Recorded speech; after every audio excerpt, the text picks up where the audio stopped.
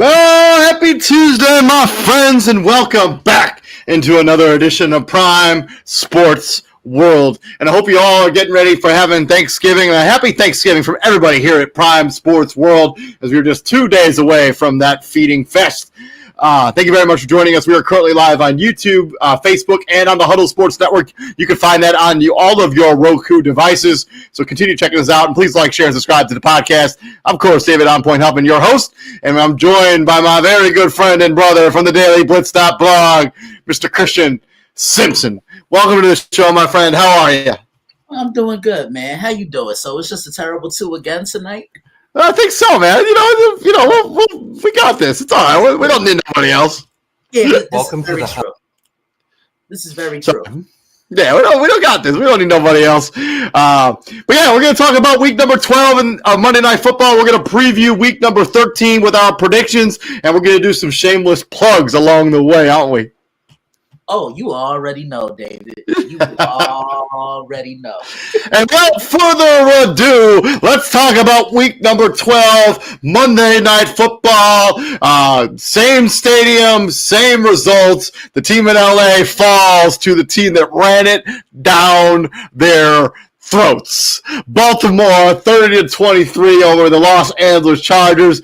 And this game really, the momentum of this game really swung when J.K. Dobbins left late in the second quarter. I have not seen what the update is on his injury, but hopefully it's nothing extremely serious. But yeah, he did not return in that game.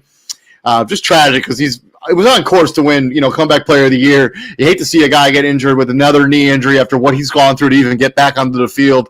But that was definitely a changing of the guard because the Chargers were playing excellent football up until the point where he got injured. This was a very entertaining game up until that point. And then the Ravens in the second half just kind of ran the ball down the Charger throat, and they really had no answer for that in Lamar Jackson. 16-22, 177 yards and 2 picks for Lamar. Derrick Henry went over the century mark with 140 yards rushing. Unfortunately for my fantasy team, did not get into the end zone. Ended up costing me a matchup, which sucks. Justin Hill had a touchdown. Lamar Jackson had a rushing touchdown. Mark Andrews had a really nice FDR from Lamar Jackson as he basically stole the ball from the defender in only a Mark Andrews style can. And the Rashad Bateman had a long touchdown in this game as well on a beautiful back shoulder fade by Lamar Jackson. On the other side, Justin Herbert was really strong in the first quarter, half or so, but definitely tailed off towards the end of the game and kind of threw a garbage time touchdown towards the end there, or just kind of scored a garbage time touchdown for Gus Edwards.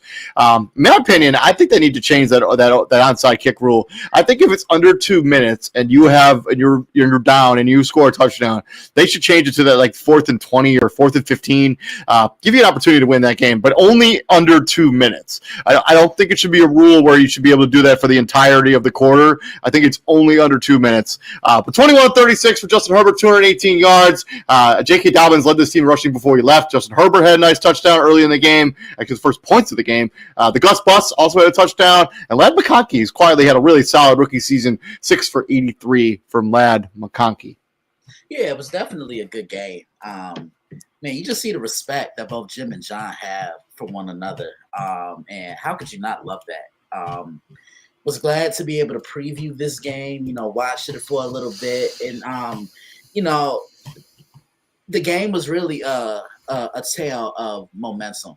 It was really a tale of 2 halves because the Chargers were dominating this game, running the football and attacking the middle of Baltimore's defense because Roquan Smith wasn't playing. And you see how valuable he is to that defense. He's the man in the middle. He's the heart and soul. He's the quarterback of that defense. That's the primary responsibility of a middle linebacker. But what was really making me mad in this game, David, was the simple fact that they weren't feeding Derrick the ball early on.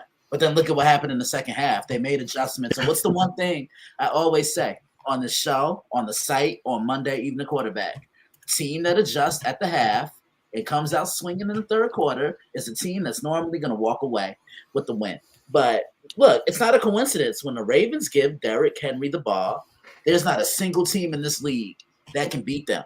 And if I'm the Ravens, take this game as a lesson because Lamar Jackson did not look good. But you put the ball in the hands of Derrick Henry, and he did what he did. This offense needs to travel through number 22.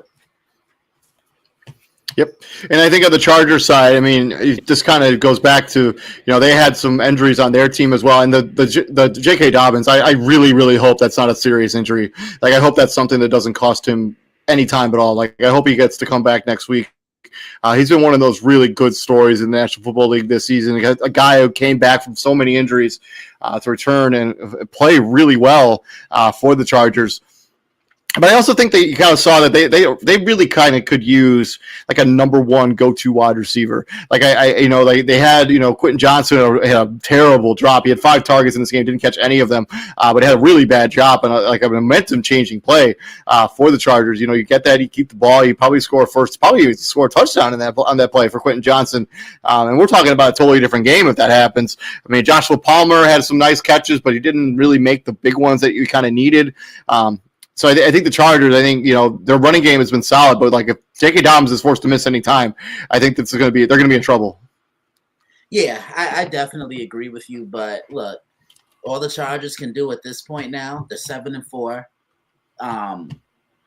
You just have to turn the page and you have to keep moving forward. I still think this is a playoff team. I agree with you. I think they just need to kind of go about it in a different way, and they need to run this offense through Lab McConkey. What Puka Nacua has been for the Los Angeles Rams is what Lab McConkey has been for Justin Herbert and the Los Angeles Chargers. It's the same impact, David.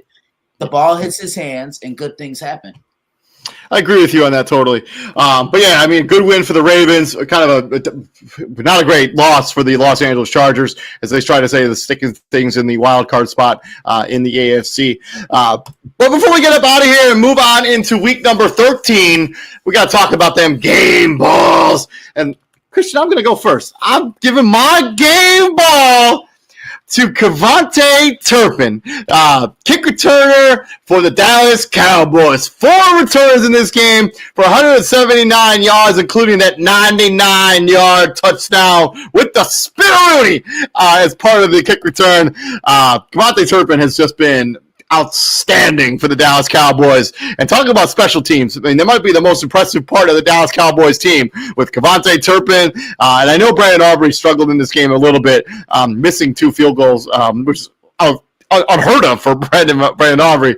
But their special teams has been outstanding this entire season. It really has. And I mean, look, Kevontae Turpin called game.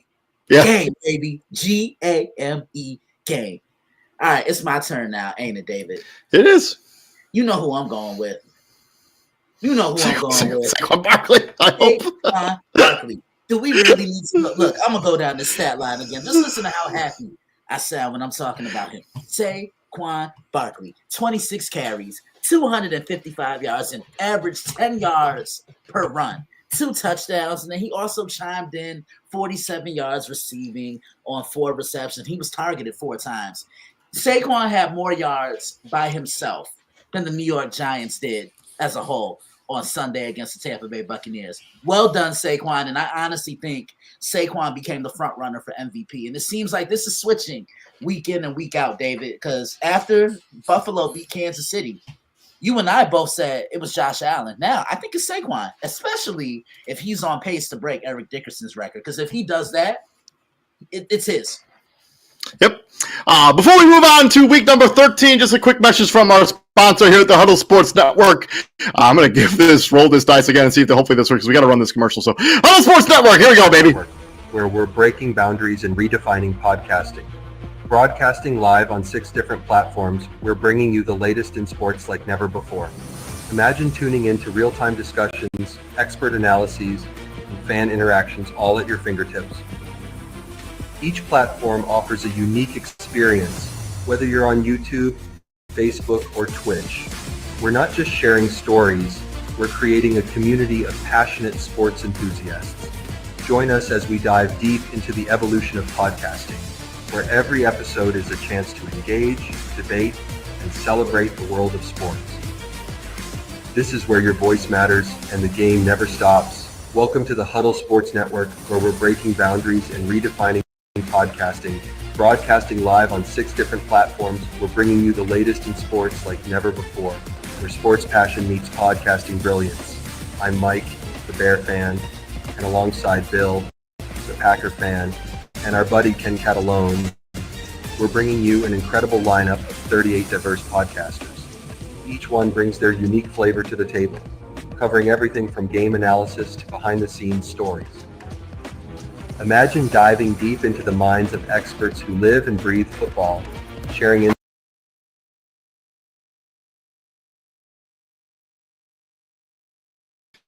All right, and we're back, Christian. Let's break into week number 13. Let's break this book open in week number 13.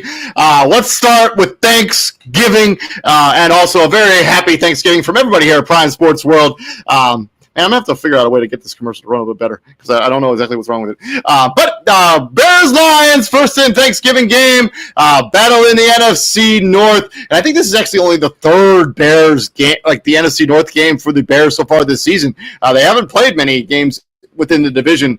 Obviously, last time these two teams played, that was actually last season. Lions are coming off humming. I think they've won 4 games in a row. I can't even remember who their last loss or who it was to. Again, Carolina? Did they lose to Carolina? I don't remember who they lost to. They lost to Tampa, week 2. Tampa, yes, in week 2. So they rattled off 9-10 wins in a row since then. Bears-Lions, Christian. Yeah, and I also want to add happy Thanksgiving to everyone that's listening as well, from me, David, TJ, Izzy, and Matt, and the people at the Daily Blitz. This is gonna be a fun one. The Lions always seem to have a tough time, especially on Thanksgiving, but I don't see that being the case. The thing I like about the Lions is when they have you down, they keep you down, and I think that's going to be the case in this game on Thursday. I like Detroit here. As much as it pains me to not pick the Chicago Bears, because obviously I'm a Chicago Bears fan, I'm from Chicago, but it would be an absolute homer pick for me to take the Chicago Bears, especially in Ford Field. This Detroit Lion team is like, I hate to say things like the team of destiny, stuff like this, but this Detroit Lion team feels like a team of destiny. Like they're the best, most dynamic offense in the NFL right now. Their defense has been really good, even without Aiden Hutchinson. They haven't really missed a step. Yeah, give me the Lions. I just can't go any other direction on this game. It's tough. Moving on. I hear you. Yeah, eventually I'd love to take the Chicago Bears because I think they have played better over the next couple weeks. And I do think this could be one of those a semi-high scoring game, like on Thanksgiving, a pretty entertaining football game. I just don't think the Bears have enough to really contend with the Lions. I just don't. Yeah. From there, we're going to swing into the NFC East, and it's the New York Football Giants going into Jerry World and taking on the 4-7 Dallas Cowboys. If both of these teams' seasons has kind of gone in the toilet so far this season, the Giants probably still rolling with Tommy DeVito. Dallas Cowboys still probably rolling with Cooper Rush. But it does feel like these two teams are kind of going even in more opposite directions. I think there's Dallas. I think there's a little bit of optimism, a little bit of promise with the way they were able to beat the Washington Commanders, and the Giants have just looked abysmal for weeks. I'm going to take Dallas. I just think that they are going to do enough on special teams. I think the Giants on offense are just a absolute disaster, especially when it comes to the offensive line. And I think Malik Neighbors will still have a pretty solid game, but I think this is going to be a long day at the office. If you are a New York Giants fan, give to Dallas in Jerry World. Yeah, I'm with you. I'm taking the Dallas Cowboys as well.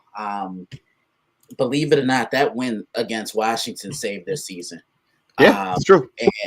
And believe it or not, they're still in the grand scheme of things as far as the playoff picture. It may be slim and it may be bleak, but they're still in the running for things. And the Giants are just not a good football team right now. Me personally, I think they don't want to play for Brian Daboll anymore. And that's what it's seeming like. This is a guy that just won Coach of the Year, and then look at how they've fallen ever since then.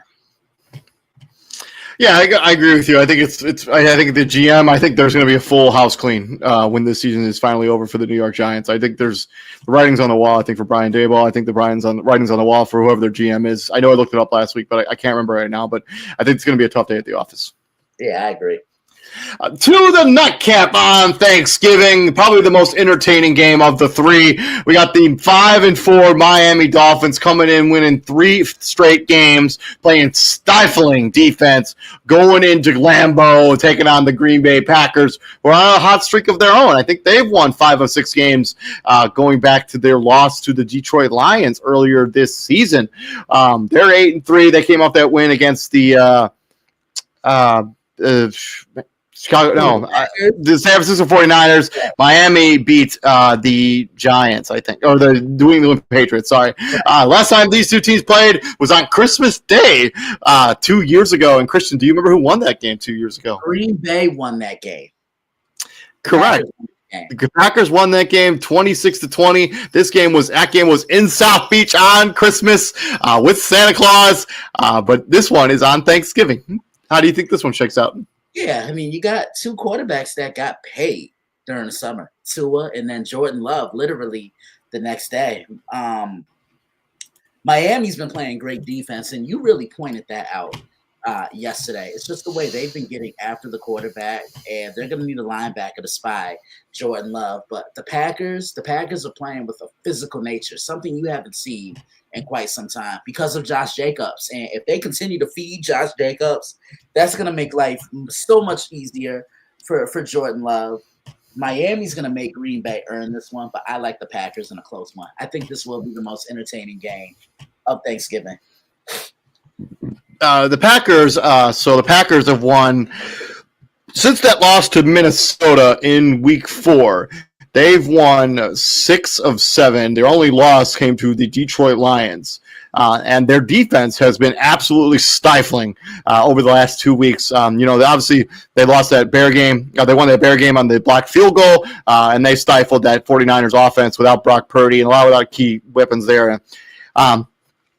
But Miami's not going to have that problem. They should have their full complement of weapons. Ever since Tua Tagovailoa has returned from injury, he has steadied the ship here for the Miami Dolphins. And this pass rush and this secondary for the Miami Dolphins should give Green Bay some trouble. I may sound like a homer. I may sound like a hater.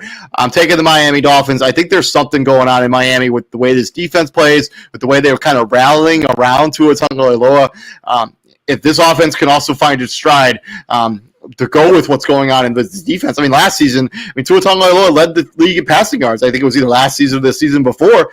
There's no reason this offense couldn't regain that momentum that they had a few years ago. Give me Miami to pull off the mini upset against the Green Bay Packers. And it's really on the backs of the defense that Miami has had over the last month. It's been an elite unit.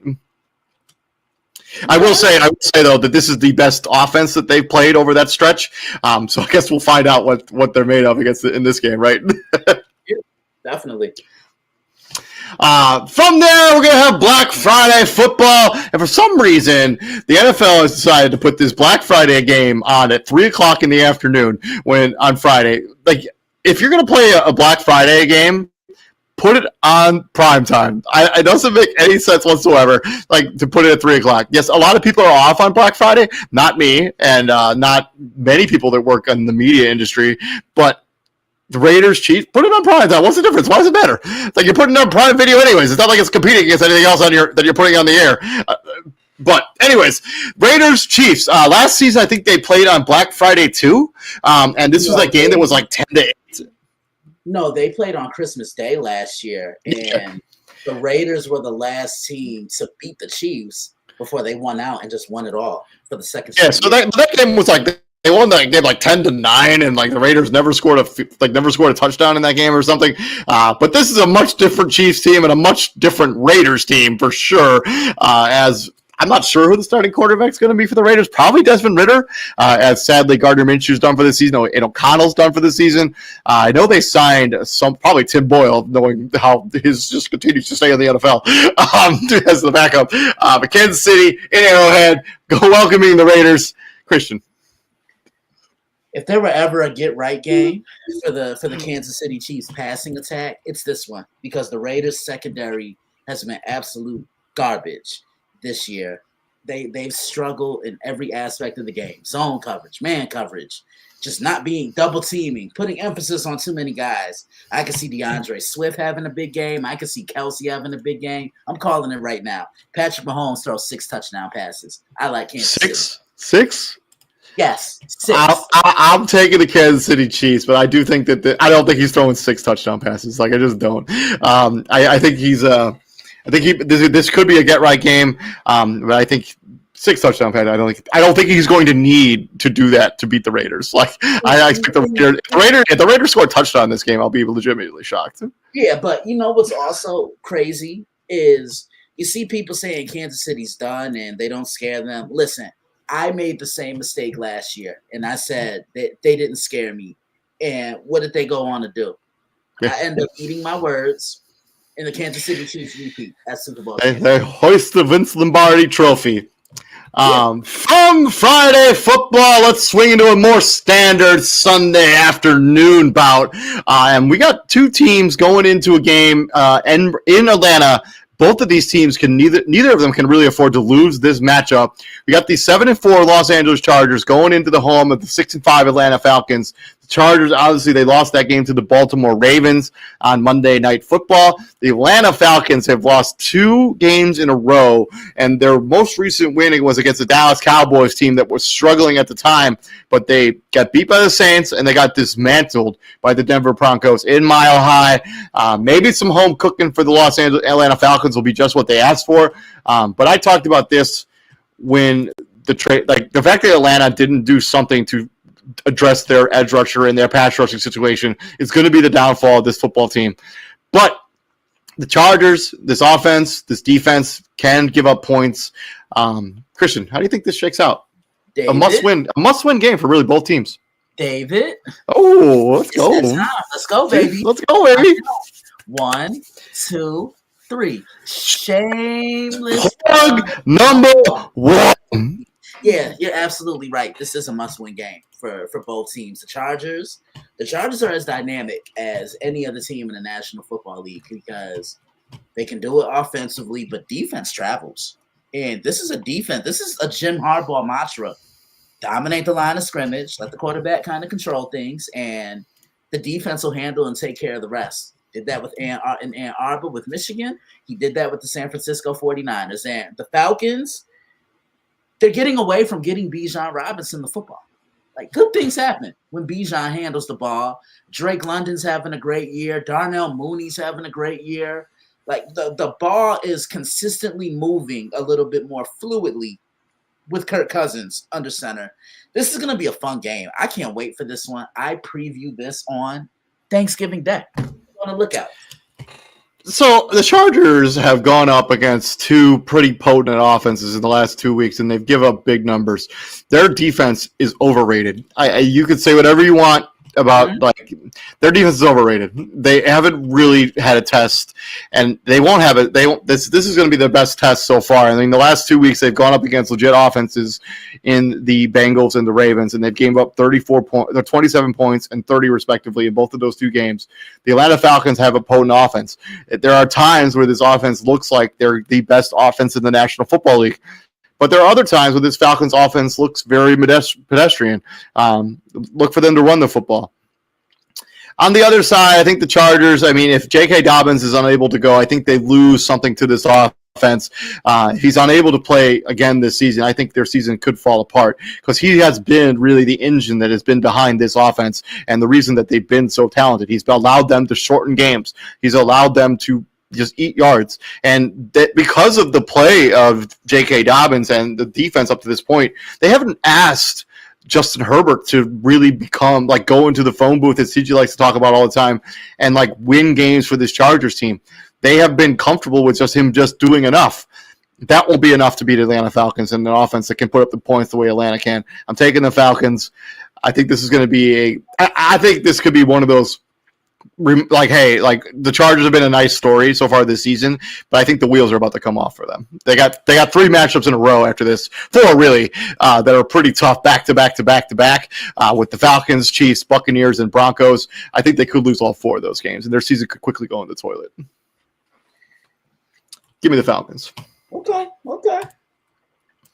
And I'm sorry, Chargers fan, if that was harsh, but it's the truth. Oh shit, TJ's in the house. Well, TJ from Colorado. I did not see you down there, man, my friend. I don't have Facebook on my phone or on the browser right now. Welcome in, TJ Hopkins from Colorado, man. How's the vacation? You want to weigh in real quick on Chargers Falcons before we move on? Yeah, I don't like what I'm seeing from the Falcons. They not playing good football lately. Give me the Chargers. I don't think it's gonna be close. Excuse my sister-in-law.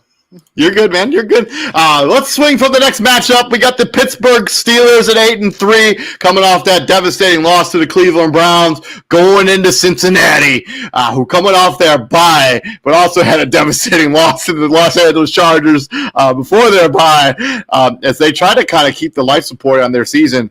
Steelers, Bengals in Cincinnati. TJ, you got the floor, my friend. Steelers, Bengals. Another classic in the AFC North matchup. Records don't matter. These two teams know each other very well. Give me the Steelers because I know they kind of reeling from that game against who they lose to, Cleveland. That was a bad loss for them. Give me the Steelers in this one. Christian. I'm taking the Bengals. I haven't liked what I've seen from the Steelers these last 2 weeks. You know, they were able to get by Baltimore, but they got punched in the mouth at the hands of the Cleveland Browns on that Thursday night. I think Joe Burrow can pick apart some of the glaring holes in the Steelers secondary. He's still a young unit. Minus Minkah Fitzpatrick, these corners aren't necessarily the best. I don't know if there's a guy on the Steelers that can hang with Jamar Chase. I think he has another big game. Burrow puts up more big numbers, and the Bengals, believe it or not, are still in the playoff hunt in the grand scheme of things. And I think this kind of saves their season somewhat. I'm taking Cincinnati. Yeah, I think Cincinnati will put up big numbers. I think they'll have a fantastic offensive game. The defense is where I'm concerned when it comes to Cincinnati Bengals, and I'm also concerned about this offensive line. And T.J. Watt still walking through that door. This pass rush for the Steelers is going to carry them in this game. I will take the Pittsburgh Steelers. I think this could be one of those high-scoring games where you have a 35-point affair between these two teams. Give me the Pittsburgh Steelers to beat Cincinnati in Cincinnati and kind of put a death nail in the Cincinnati Bengals season, as I think this would for sure put an end to any hopes that they had of making the playoffs as a wild card team. From there, we're going to swing into the NFC, and we got a battle between the NFC West and the NFC North as the Minnesota Vikings welcome the Arizona Cardinals. DJ. Anyways, the Arizona Cardinals, they go into Minnesota. Minnesota fresh up beating the Chicago Bears to move to 9-2, and the Arizona Cardinals lose to the Seattle Seahawks to move to 6-5. As we talk about on this show kind of a lot, is Minnesota kind of they haven't played that well in the last month or so, and they've kind of come back down to earth a little bit. Justin Jefferson was pretty bottled up in that game. I don't think it'll be the case in this one. But am I taking the Arizona Cardinals? I just can't. I think Minnesota, I think they're going to put up big numbers against just a pedestrian defense in the Arizona Cardinals. I know they played better, but this is the best offense that they'll play in a long time, at least in a while. Give me Minnesota.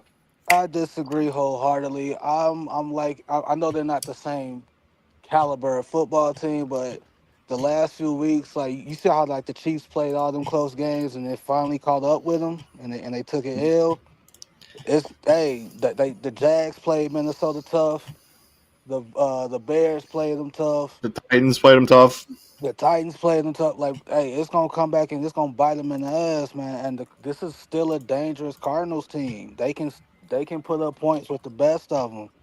I know they ain't got a Jalen Johnson to limit the Justin Jefferson to just 2 fucking catches, but at the same time, if you looked at that game, it was the others. It was Jordan Addison going for 8 for 160 and T.J. Hockenson going over 100 yards. If they mess around and let the Cardinals stay around in that game, we literally saw the Bears score 11 points in, what was that, Christian, 27 seconds? Yeah. The Cardinals can do that, bro. They can do that. So they can't. I understand you picking the Vikings, but I'm riding with the Cardinals. His hand great. This shit feels wonderful. Christian. David, Oh, let's go. go. Let's go. Let's Count. go. 1, 2, 3. Shameless Plug plug, number 2. baby. What was that? Look, Arizona ran into a wall the other day. That was the Seattle Seahawks. I mean, their offense had been climbing the ladder these last couple of weeks, putting up 20. I think they scored 27 against Miami in Mm-hmm. Miami. They put up 31 against the Jets. Well, that ain't difficult to do. And I mean, they hung up 29 on a Christian, me and pretty you good can put Bears up team. points against the Jets. What'd you say? Me and you can put up points against the Jets. Of course we could. Look, I live 10 minutes away from the stadium. I could do it. Anyway, um,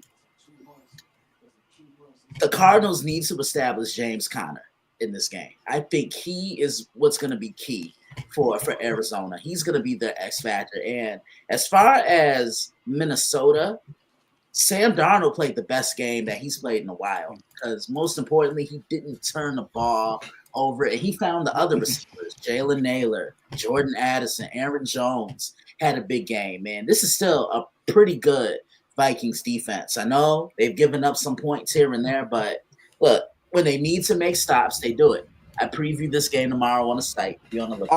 I fully expect Brian Flores to definitely blitz more this game because I ain't really see a lot of that on Sunday.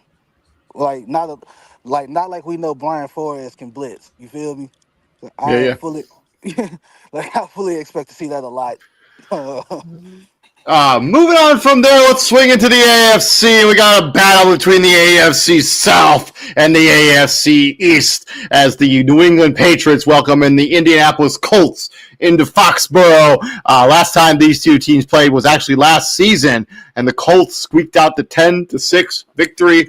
And a lot of my coworkers like to point out that the Colts are very much in the thick of this, and they have a very easy schedule moving forward with just a game against Denver.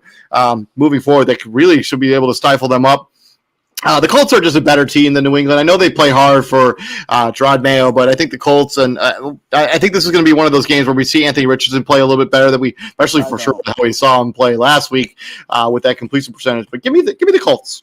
Give me the Patriots. Give me the Patriots. I know Gerard Mayo. He catching a lot of hell right now because he's making rookie coaching mistakes in terms of how he handles the media. Because after the game last week, he said like once the players step between the white lines, there's nothing I can do to make things. It's like yes, there's actually a lot you can do for your players when they step between those white lines. It's called coaching on the fly. It's called making adjustments. It's called not saying the dumb shit you said, boss.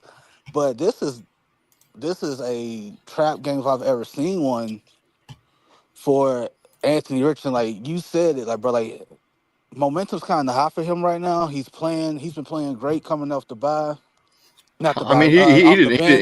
he did not play good last week, but But at the same time, it's like this is one of those games like you expect him to have a good game, right? And then he'll totally lay an egg. And I'm predicting the egg. Give me New England. Christian. I'm with you, David. I'm taking the Ooh, gonna Colts. leave me by myself. Absolutely, even Denver.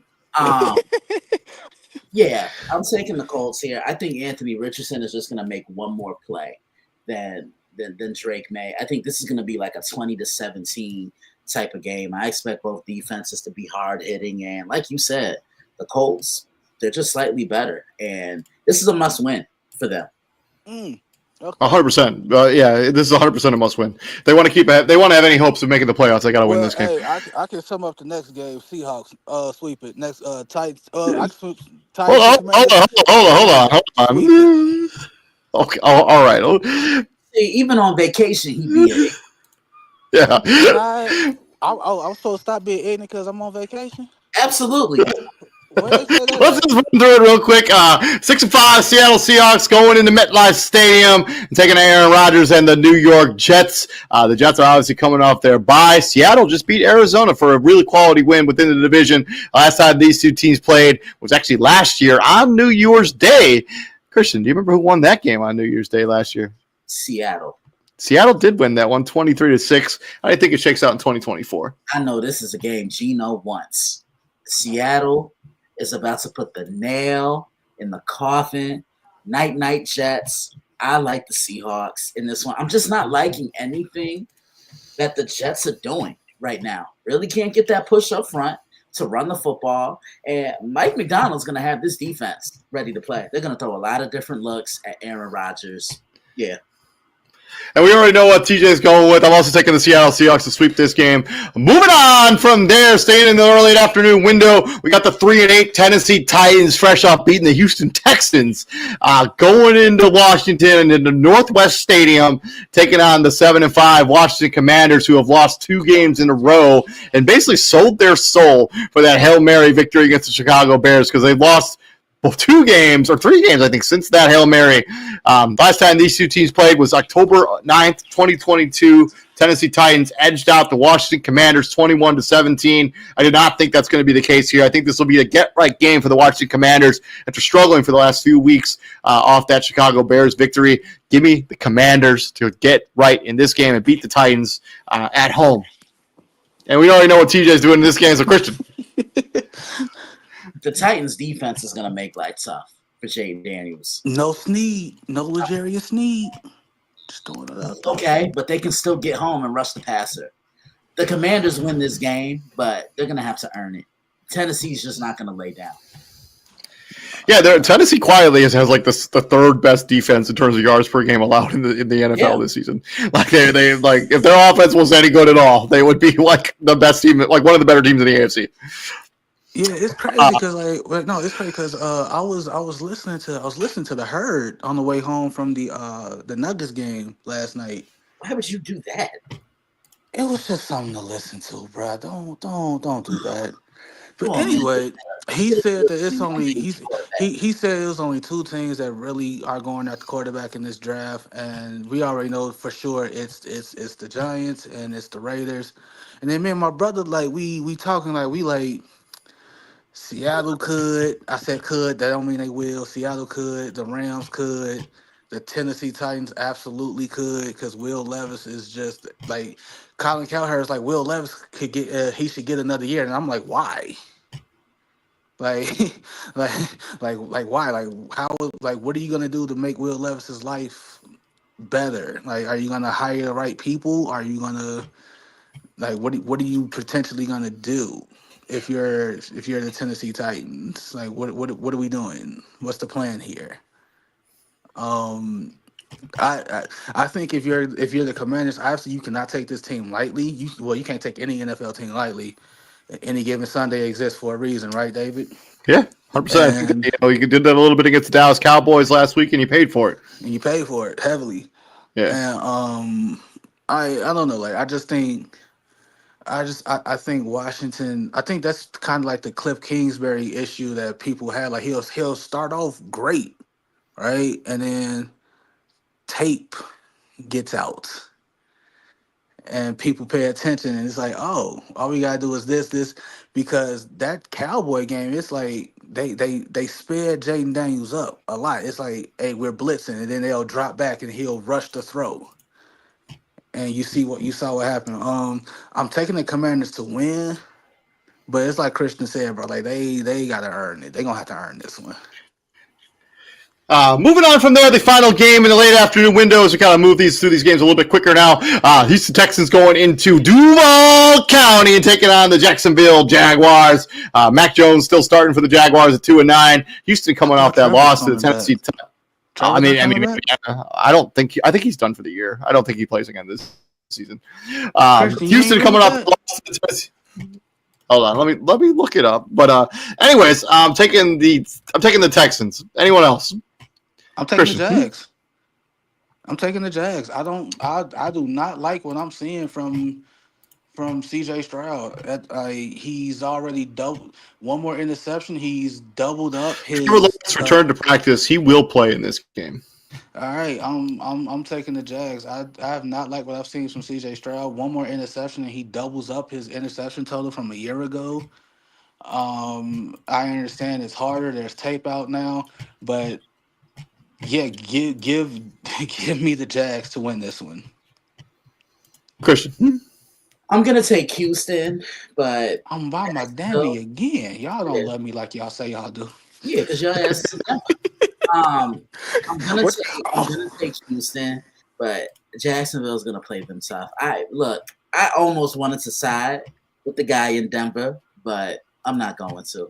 See, I'm gonna deal with you accordingly. Next game. You're not. Moving to the late afternoon window, we got the Los Angeles Rams at 5-6 going into the Bayou, taking on the 4-7 New Orleans Saints. The Saints coming off their bye week. The bye week. The Rams losing that game on Sunday Night Football to the Philadelphia Eagles. Last time these two teams played was in 2023. The Rams edged out the Saints 30-22. I think. I like what I've been seeing out of the New Orleans Saints since they fired their head coach in Dennis Allen, which was long overdue. And they just seem to be playing a lot harder for the guy who took over. I think Alvin Kamara has a big game here. We saw what the Rams defense allowed from Saquon Barkley. And I'm not saying there's an offense that the Saints.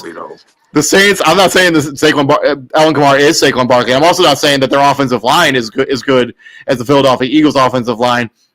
But I will take the Saints in a mini upset.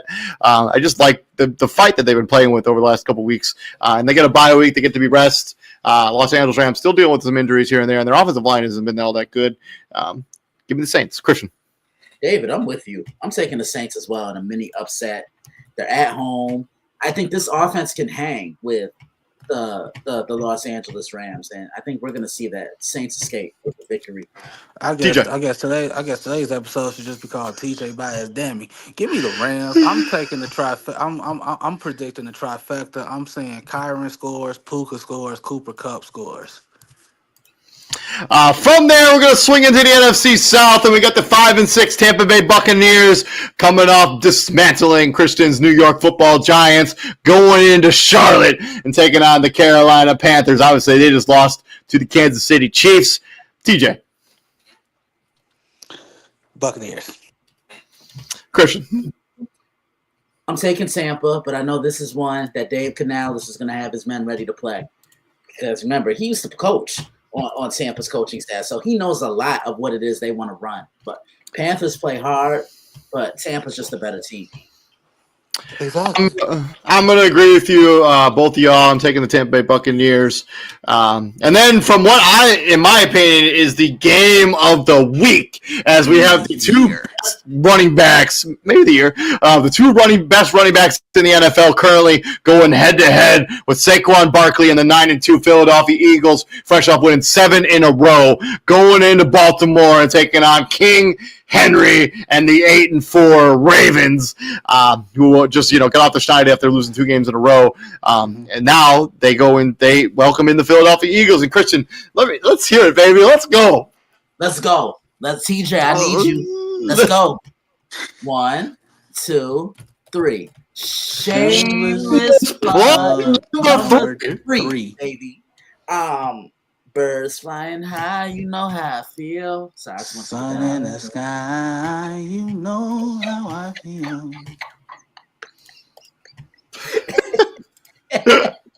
Look, Philly is hot right now. I personally feel the Eagles are the biggest threat to the Detroit Lions. Easily. I mean, they're physical. That offensive line is playing a lot better than what they did at the beginning of the year. And great things happen when you feed Saquon Barkley the ball. What Derrick Henry is to Baltimore, that is what Saquon is to the Philadelphia Eagles. Baltimore, you saw how much they missed Roquan Smith, and they're going to need him for this game. Because I wholeheartedly believe that's why he didn't play. Yeah, look at how the Chargers were attacking the middle of that Baltimore defensive front. I cannot wait to preview this one. Got the 2 best running backs in the league facing one another, and it's the first meeting between Lamar Jackson and Jalen Hurts. I preview this one on Which Friday. is exactly why I'm not finished. I'm not gonna say that the running backs won't be a factor because that'll be foolish. But I'm predicting because both teams know exactly what the opposing team wants to do. Like, hey, they want to feed Barkley, they want to feed Henry. Hey, man, put 8 in the box and say good luck on both ways. Like the Ravens gonna put Kyle Hamilton gonna spend a lot of time in that box. Any DB gonna spend time in the box on Philly, which is why I'm predicting a quarterback showdown between Lamar and Jalen Hurts. Who do you trust to make that throw at the end of the day? Give me Lamar to outdo Jalen Hurts. Last time these two teams played was in 2020. The Baltimore Ravens edged out Carson Wentz and the Philadelphia Eagles 30-28. Jalen Hurts is now the starting quarterback of the Philadelphia Eagles, and I think this offensive line is going to overwhelm the defense of the Baltimore Ravens. And let's not forget, yes, they were better against the Chargers, but this has been a Baltimore Ravens defense that hasn't been that good this season. They've given up a lot of points to talented offenses. And who's rolling in here with the talented offense? Philadelphia Eagles. They got one of the better tight ends. If Devontae Smith returns, I don't know what that hamstring situation is, but if he returns to the lineup for this team, I think it's going to be trouble for the Baltimore Ravens. Give me the Eagles. That's fine. From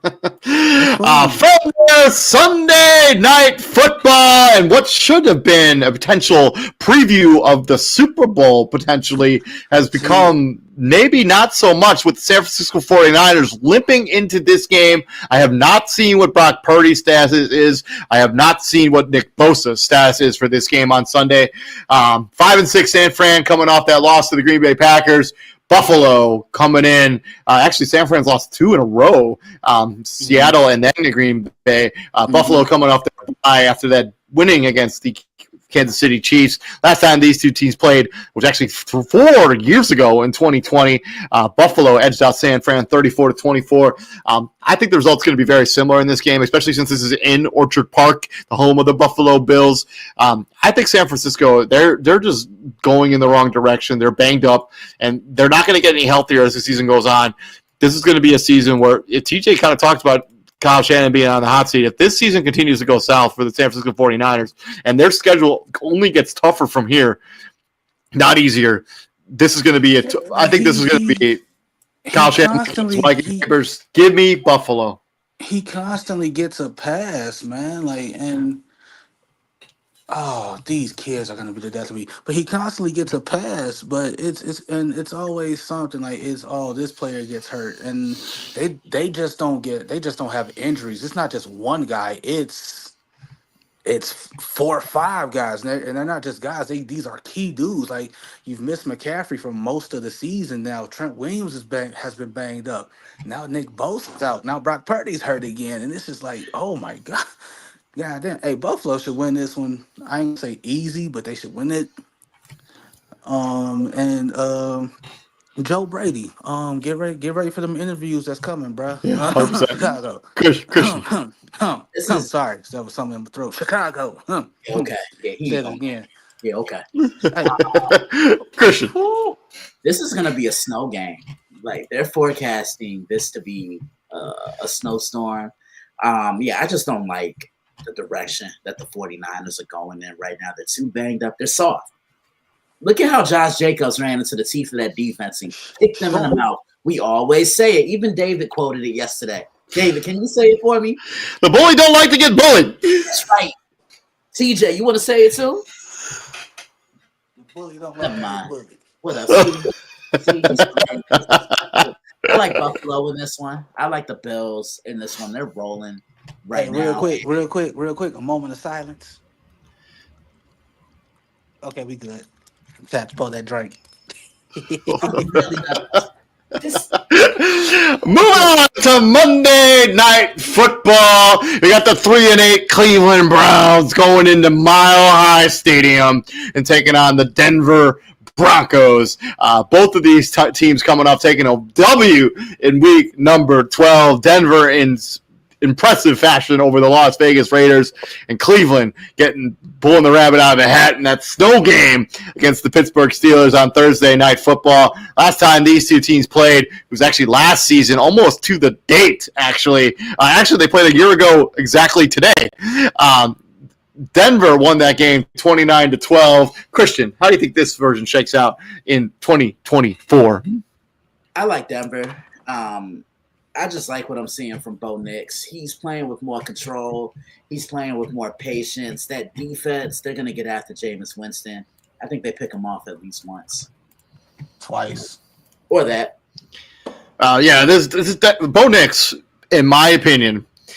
I know Jaden Daniels got off to the really hot start at the beginning of the season, but I think Bo Nix should be the front runner for Offensive Rookie of the Year. Like he has been the best player offensive rookie. So like if he continues to play the way he's played the last few weeks, limiting those turnovers and making good plays on offense. Ain't no should be, David. He is the front runner for Rookie of the Year. I agree.